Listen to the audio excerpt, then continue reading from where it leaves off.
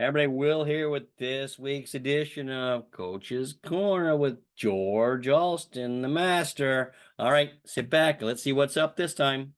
Coach's Corner with Will Alexander and George Alston. Brought to you by Pro Plan and K9 Chronicle.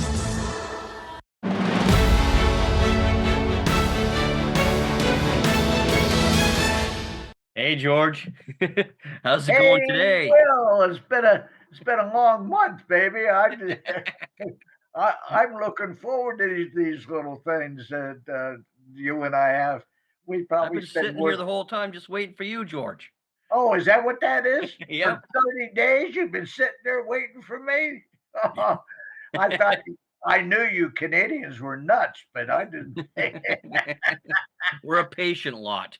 Oh yeah, I almost became a Canadian after I was up there in Toronto at the Sportsman Show. I just loved your country. It was fantastic. Oh, yeah. It's fun Okay, times. we are very famous at Coach's Corner. We're even getting questions from Europe. How about that? Yes, and I didn't realize we were international, but we have a young lady from Europe who has a Labrador who has a young dog, um, showed very nicely. And she over there, they have best in show, puppy best in shows, and they have the young one best in shows. And the dog did absolutely fantastic. And she says that now that he's gotten older, he's not using his tail and he's not happy in the ring.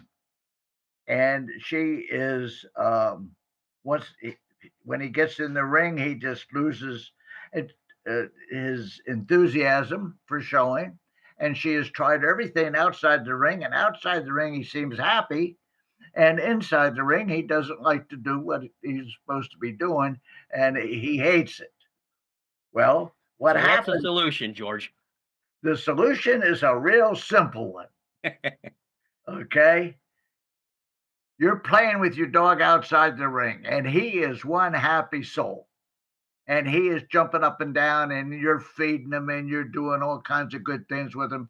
And you walk in the ring, and all of a sudden, and now you're going to work. And he doesn't like that.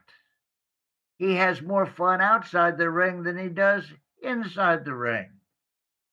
So reverse it. Outside the ring, have somebody hold your dog. When I was showing dogs, very rarely did I ever hold my dog before I went in the ring. I always had an assistant or a client hold the dog. I would maybe play hide and seek with the dog and tease him. But I never uh, was nice to him outside the ring. I never tried to make him happy or whatever. And then when it came time to show, I'd take the lead and said, "Okay, guy, let's go have fun." And we'd walk in the ring. And he got fun in the ring, and I made him have fun in the ring. Yeah. And in my career, every time I did a seminar, I said, "Did anybody ever see me show a dog that was unhappy in the ring?" And in all the years that I taught, which was quite a bit, nobody ever saw me show a dog unhappy. So you just swap it. The other thing is she says that he doesn't use his tail. So you have to train him to use his tail.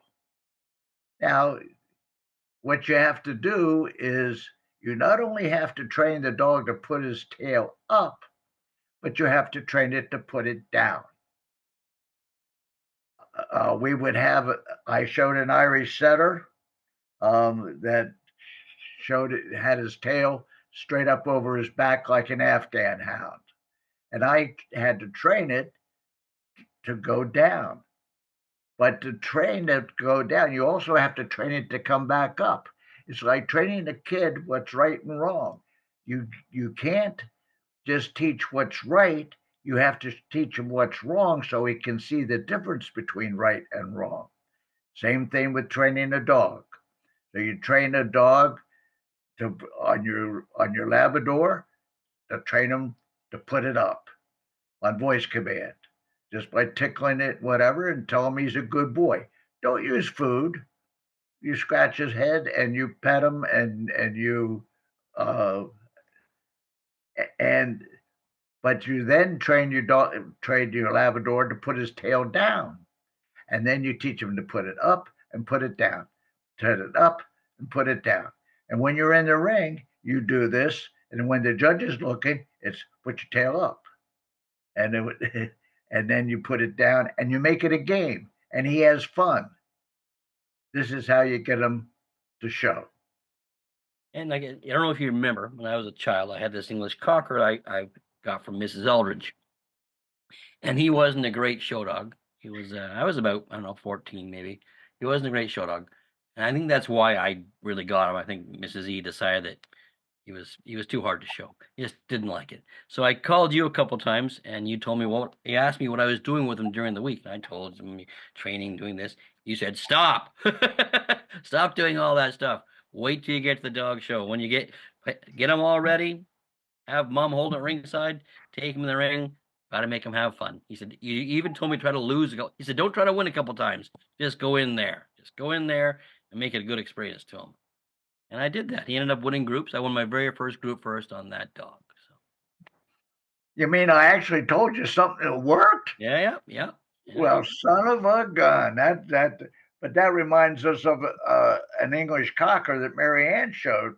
Uh, Fieldstone Katie did, and I mean, it was a standing joke with English Cockers. They had 10 shows in them. If you didn't finish them in 10 shows, they ran out of gas. They wouldn't Yeah. show. And Mary Ann actually showed, Katie did, and won best in groups and best in shows and whatever and specialties for 2 years.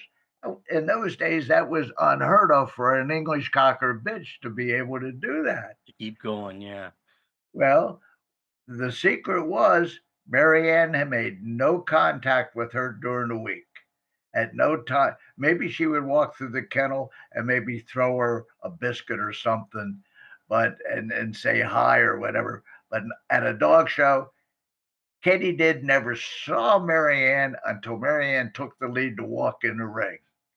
And then Katie did was so happy that and Mary Ann would just go in to play with her and would talk to her and the whole thing. But Katie did never she never practiced with her during the week. And people that practice at home, I love it. They say, well, I practice at home for half an hour every day. Well, practicing at home, that's in ideal conditions. Have you ever been to a dog show where you had ideal conditions? Yeah, it's true. I don't think so. So once you have taught your dog the basics, I was always a firm believer,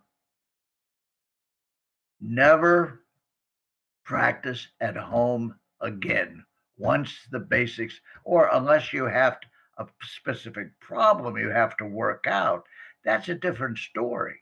But don't practice and work them just for the sake of doing it because you're going to make them hate it. And under ideal conditions, there are thousands and thousands of backyard champions. Oh, best in show winners. I used to win best in show all the time when I was a kid in the Oh, backyard. absolutely, man. How many times did you win best in show at the garden at home? Oh, hundreds, probably. Hundreds. At least once a month. Yep. At least once a month. I went through that. Everybody goes through that. It don't work. No. Okay. I would, as a judge now, I I hope that often helps you with your Labrador with the tail. We will do. I will do a more intense training and whatever at on the next podcast. I'm going to cover a lot of different dogs, and but this was just for this particular one.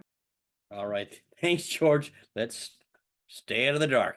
All right. Till next time, guys.